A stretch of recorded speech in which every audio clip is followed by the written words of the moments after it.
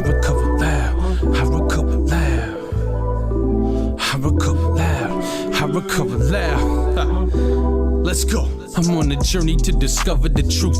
Living life in recovery is lovely. You got the power in you. Surround yourself with positive energy. Judges hitting people with provocative penalties. Need to make a change. Advocate to change the laws. Prove to people that it's not insane. When you stand behind a cause, I'm here to speak about the pain. Recover loud to normalize the disease that's been killing all my friends and my family. The time is now to let it all go and recover loud. The benefit is healthy people, family and friends that never have to overdose ever again, never have to plead out to a lesser offense. I'm proud to say that I recover loud. I never thought I could, but I'm so proud that I discovered how to live my life again, controlling my own destiny. I needed recovery, I still need it desperately. Addiction never defined my identity. I recover loud, here to tell my own story.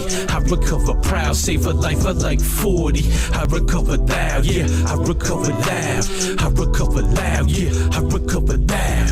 I recover loud, here to tell my own story. I recover proud, save a life of like 40. I recover loud, yeah, I recover loud. I recover loud, yeah, I recover loud. I recover loud. I recover loud. I recover loud. I recover loud.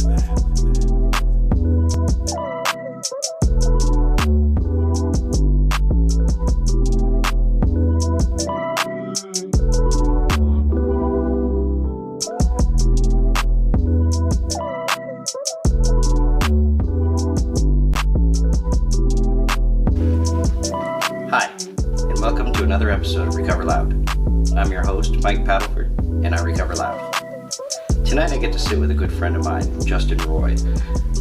Justin, I've known you for almost 4 years to the day. When I first entered recovery, you were one of the first people I met. And as we sit here today, we've gone different directions, but we're still both searching for recovery and doing the best we can with what we've got today. Can you tell us a little bit about when I first met you, what was going on? Yeah, like Mike said, I'm Justin. I'm a recovering alcoholic addict. We actually met in treatment. I've been in a cycle of residential treatment experiences for the past couple decades, and I think it was my first time at Milestone in Old Orchard Beach, a residential therapeutic community. I was a part of that community, and Mike showed up, and we ended up, it's kind of a brotherhood when you're in treatment together, so we became friends. Yeah. Naturally, and I left ahead of you, but you stayed sober and I wasn't able to. So. Yeah, and then it was a couple of years after, I also was kicked out of that program. Yeah. And but it was a couple of years later I ran into you in Lewiston, and we started talking again. But just to go back, so you mentioned that you've been, going to treatment for decades now. When did you first start using drugs? Oh, I don't know. It's pretty ordinary textbook experience it was like opening Pandora's box, kinda, if I could reference. It was in high school. I mean, I didn't transition well into high school as far as socially. I had trouble with being accepted, and ultimately that's why I took my first drink. It was at a keg party, and I think summer, right before my junior year, I think, and and smoking some weed that night, just like the regular social progression of a high school kid, and little did I know it changed the whole trajectory of my life once I had the awareness that I could alter my state of consciousness and how I felt with an external substance. It was a game changer, because in the beginning, drugs were never a problem, they were a solution. Right. to the problem, which was how I felt about myself. And Yeah. So in high school, you did what a lot of your friends were doing. You were drinking. You smoked a little bit of weed. When did it become more serious? At the time when I initially got exposed to alcohol and weed, I was drama club president. I was like in several honors writing classes, really, and kind of involved. I got bullied a lot because I was an artsy kid. I liked theater and I was in show choir. These things aren't necessarily popular in high school. And I took off like a rocket. It was like within a matter of weeks, I was transitioning into like hallucinogens and experimenting. And the obsession and like fascination with chemicals has been like long lasting, and I took off like a rocket. Within my first year and a half, I ended up trying like cocaine and opiates and actually end up overdosed and for the first time and going into a residential treatment day one at 20 years old, 19, 20 years old right away. So that was over 20 years ago. Yeah, almost 25 years ago now. Yeah. So basically you entered recovery at an early age. Here we are. The seed was planted, so to speak. Yeah. Well, my opinion, recovery is the entire process of change. From pre-contemplation all the way through to lapse or relapse, and the cycle just keeps going. When we stop using substances, we're still looking for change. We're still changing, and that cycle just keeps going. And sometimes it involves, a reoccurrence of use. But you went into treatment. That was your first time. Yes. How many times would you guess that you've been in the treatment center over the years? It's hard to say. For the next 20 years, I would enter a pattern of like active addiction, it becoming unmanageable either with an overdose or getting arrested. It's a progressive illness, and I'm, survived innumerable overdoses. It's kind of miraculous that I'm still around when so many of my friends have passed away. Yeah. There's addiction and overdoses, and with the opiate epidemic, it's fairly common. So I've been beaten into a state of reasonableness, so to speak, where I have, it's like I can't live with the drugs anymore. They don't actually work the way they used to, and I can't stand my life sober either, which is why you need recovery and connection and new associations. And you're right, it's a holistic thing. It's more of a lifestyle change, and it has just as much to do with your behavior and how I treat people and what I do when nobody's looking as it does not using drugs. And these days, with the advent of MAT and harm reduction, it's a much different model than old school total abstinence 12 steps, which is like my roots. So it's been an adjustment for me because I've been on Suboxone for 10 years now as part of a treatment plan, but the medication only works as well as the recovery backing it up. Yeah. So while you're using the MAT, are you able to stay away from the substances, or? For the most part, but over the summer, disconnected, with COVID, and I'm kind of displaced. I don't have any friends or family around up here. I had a really hard time because while Suboxone helped a lot with cravings for fentanyl and other opiates, I still had a problem with amphetamines that I developed. And that ravaged my life more quickly. The erosion process was much more immediate with crystal meth, and I've kind of been spiraling. My last time in treatment was about almost 2 years ago now, at Milestone for the second time. And I've been trying to do things my way, and I honestly haven't been able to get my footing or maintain employment or manage anything. So Even on MAT, because I don't have the recovery action backing up my medication, so Yeah. it's actually kind of ineffective in my case, in all honesty. Yeah, so you've spent a lot of time, in treatment, searching for treatment, Yes. trying to get better. Yeah, half my adult life. And what do you think holds you back?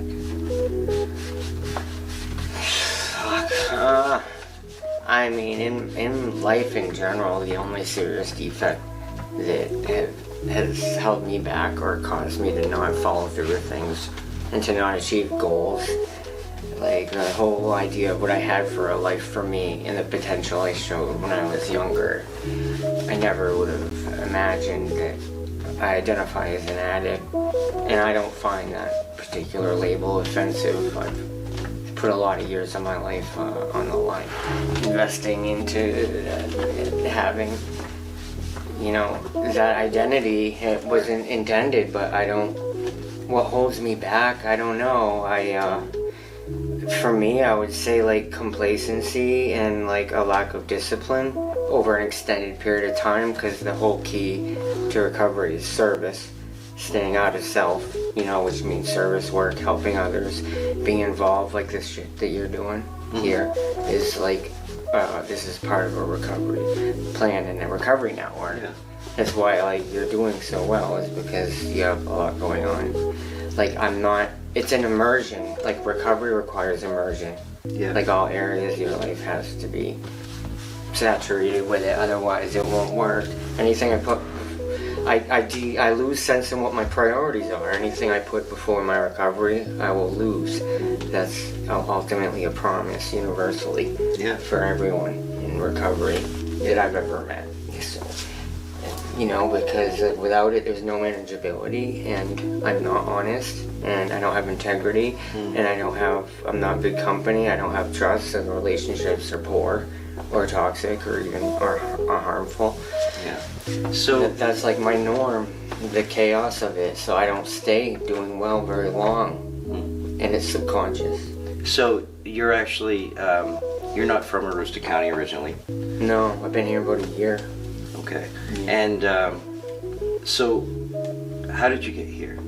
You. I was spiraling at the end of my second year, homeless after leaving Milestone. A really bad meth relapse. I left Milestone, disgraced. It was like a dishonorable discharge for the military. But what was the question? What brought you to Aroostook County? Yeah, I was homeless and living out of the woods in Lewiston, Maine, out of a tent, and Mike was working for Blue Sky NIT counseling at the time, and we crossed paths again at the Jeremy Hiltz has a rest center down there in Lewiston, and there's like recovery atmosphere where we get reunited, and him and his wife at the time were coming up here to do the Recover Loud assembly, and he invited me up to relocate.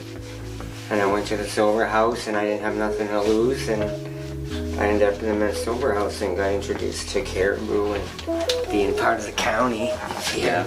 Yeah. And It's been an interesting year. Lots happened. yeah, so but I met you the first week I went into treatment back in 2018. It was November 10th. I'll take your word. Yeah, I'll remember that day because it was important for me. Last year, it was November 6th, that I held my Recover Loud Aroostook event, which celebrated my 3 years in recovery. By the time this show airs on Thursday, that'll be my 4th year since I started recovery. And, Nice. so last year at this time, I brought you up to the event. You went into the sober house. How has the county been for you? It's been kind of a mixed bag, honestly.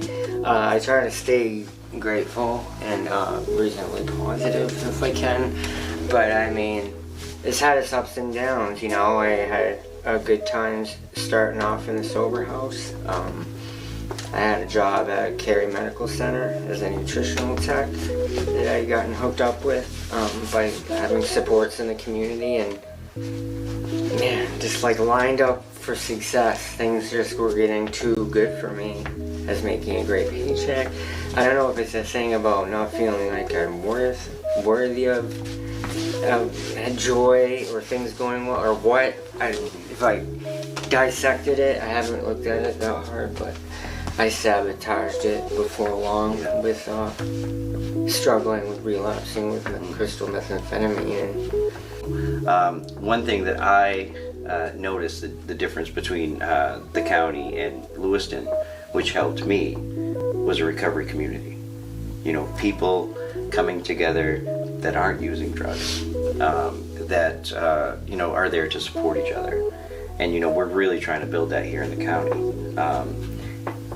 Did you find a recovery community here that you were able to get involved in and feel supported by?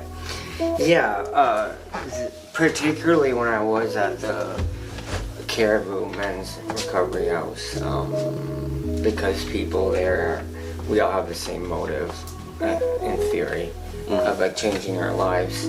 And then you do have like the Recovery Center, which is next door to AMHC, so it's like it's kind of like in clusters where there are recovery groups or network. It's harder, because the county is so big and rural, and so today we're recording. It's Halloween. It's October Halloween. 31st. Happy Halloween. Happy Halloween. And just to touch on one of the scary things going on this Halloween is after tonight, the funding for your hotel room is done. Yeah. And that's for all of the people in the hotels. Hundreds of people, yeah, they're relying on the hotels for shelter. Yeah, so as of tomorrow, they're going to be on the streets with no place to go. Unless they have made other plans, yeah. Yes, and you in particular, you've made other plans. So right now, are you sober?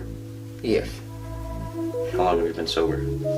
I'm coming right up on like the 30-day mark, coming back formally, like off of illicit drugs. It's challenging because I'm on MAT, and I have a hard time actually with like sobriety on being Suboxone dependent, but that's more my own shit. Yeah. But as far as being in recovery and being serious and wanting to change my life, it's been a little longer than usual this time, and I'm taking it a little more seriously because circumstances, like, I didn't have much time to figure out a plan for me to stay safe and to move forward, because the streets are traumatizing.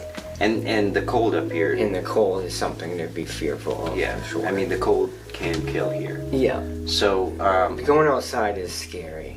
Yeah. Especially if you don't have support or people to lean on. So for you, tonight being your last night at the hotel, what is your plan starting tomorrow? The plan that my higher power has laid out, because I basically just turn it over. I have a spiritual connection, and I do have a higher power I rely on, and I have been doing a lot of the footwork here to create a plan. I have a lot of resources to look into, and as it pans out, I'm going to be going into a sober living. You're going to another sober house? Sober living, yeah. I haven't been in a sober house other than the Caribou house in the last 2 years at all. I haven't wanted to. I've had bad experiences, but I'm pretty confident I'm in a pretty stable place, and my intentions are really good. Yeah. And it seems like a hand up in Lewiston. For one thing, there's very few beds anywhere.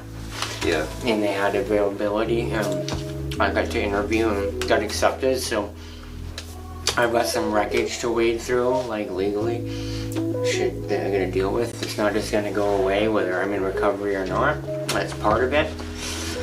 But for the most part, I'm really grateful. Tomorrow morning, I haven't seen my family in almost like a year. And I'll be back down and going down to Lewiston where I have family support and a recovery network that's familiar. And I have pretty high hopes. I feel pretty blessed that there was a pathway that was created. Yeah. Ultimately, and for a while, I didn't know what the hell I was gonna do. So. Yeah, it's a scary situation. But it's like yet another pick myself up, dust myself off, give it an honest go. And I just turned 42. I'm not getting any younger. Yeah. I'm starting to break down. I can't psychologically handle another decade of substance abuse, so Yeah. it's time to change. I was 42 when I met you at Milestone. I'm 46 now. And, you know, my life is quite a bit different than it was the day I met you. And I'm grateful for the path I've been on. You know, and through this journey, I've met people like you who have helped me along the way. You know, and being able to help you this last year and a half, 2 years that I've since we've reconnected has been, you know, very helpful for me to get me to where I am. And as we like to say, you know, connection is the opposite of addiction. Yeah. You know, and I'm glad that I'm able to be that connection, or a connection for you, and glad that you're a connection for me. So I wish you a lot of luck tomorrow. You know I love you, and I'm going to be praying for you. And you know, I'm just a phone call away. And Yeah, things will be okay, you know? Like, you're just a grateful addict is a sober addict. anything that you could say to somebody who might be struggling out there today, maybe somebody that doesn't know where they're going tomorrow or how they're going to get there. I mean, for me, it's like I say, keep the faith. Like, I can't tell anybody else what to do, but for me, it's really helpful to have some kind of relationship with a higher power. You know, I hesitate to use the word God, but you know what I mean? And an ability to like kind of just let go, you know, and like turn it over and have some trust in like the universe, so to speak. I know that sounds kind of hocus pocus, but it's true. Like, things are always gonna go the way they're intended to go, and a lot of times I just need to stay out of the way, like, and like not be in the driver's seat. And then things typically, for me, first thought wrong, like, I'm gonna mess things up. I'm fallible. And also, I would say nothing changes if nothing changes. Yeah. Like what you said, recovery, you change everything but your name. And you know, and if you're able to do that, then I don't know, maybe a successful life in recovery that's consistently different and better and progressive in a good way is possible. I like to think so. Yeah. I keep trying and trying and trying because Yeah. I don't know why, but that's just how it is. Well, Justin, again, thank you. I'm looking forward to hearing about your trip down and what it's like when you get there. Yeah, say hi to some people for you. Yeah, absolutely. And, you know, we'll look forward to updates in the future. All right. Love you, bud. Love you too, thanks. Recover loud, everyone.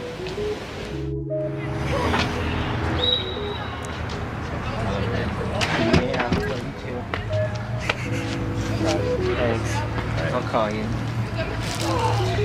Tonight I get to say goodbye to my friend Justin Roy. It's not really goodbye. It's see you later, because I have hopes for him. He's gonna start his new life tomorrow at a new sober house. And hopes are high right now, because he's sober. Recover loud, everyone.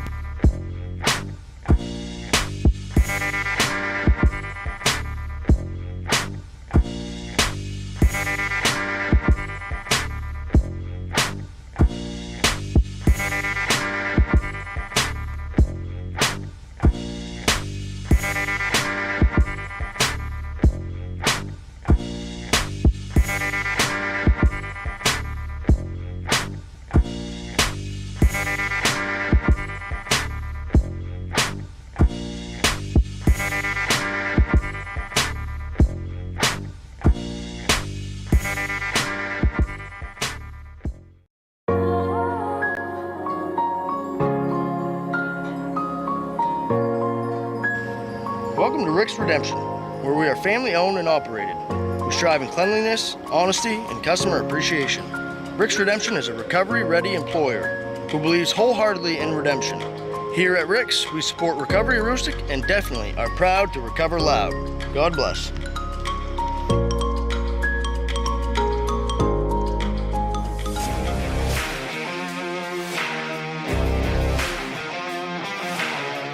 Anderson's Auto Repair, locally owned and operated in Sweden, Maine, specializes in all make, all model vehicle diagnosis and repair. Each individual service is backed by our nationwide TechNet 2-year 24,000-mile warranty. Call or stop in to schedule an appointment today. Anderson's Auto, for wherever the road takes you.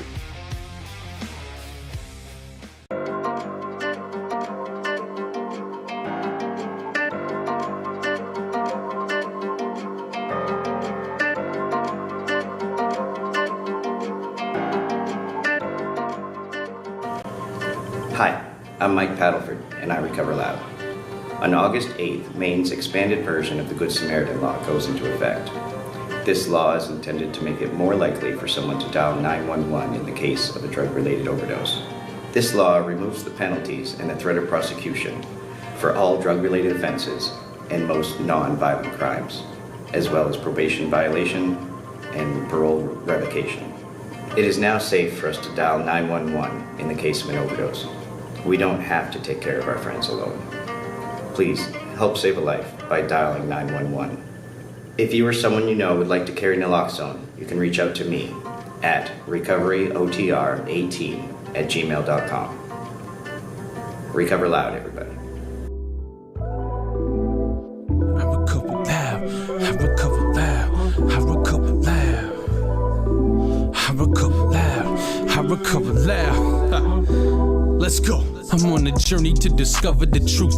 Living life in recovery is lovely. You got the power in you. Surround yourself with positive energy. Judges hitting people with provocative penalties. Need to make a change. Advocate to change the laws. Prove to people that it's not insane. When you stand behind a cause, I'm here to speak about the pain. Recover loud to normalize the disease that's been killing all my friends and my family. The time is now to let it all go and recover loud. The benefit is healthy people, family and friends that never have to overdose ever again, never have to plead out to a lesser offense. I'm proud to say that I recover loud. I never thought I could, but I'm so proud that I discovered how to live my life again, controlling my own destiny. I needed recovery, I still need it desperately.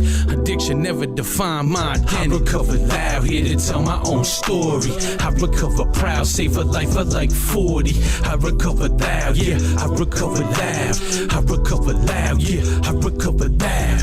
I recover loud, here to tell my own story. I recover proud, save a life of like 40. I recover loud, yeah, I recover loud. I recover loud, yeah, I recover loud. I recover loud. I recover loud. I recover loud. I recover loud.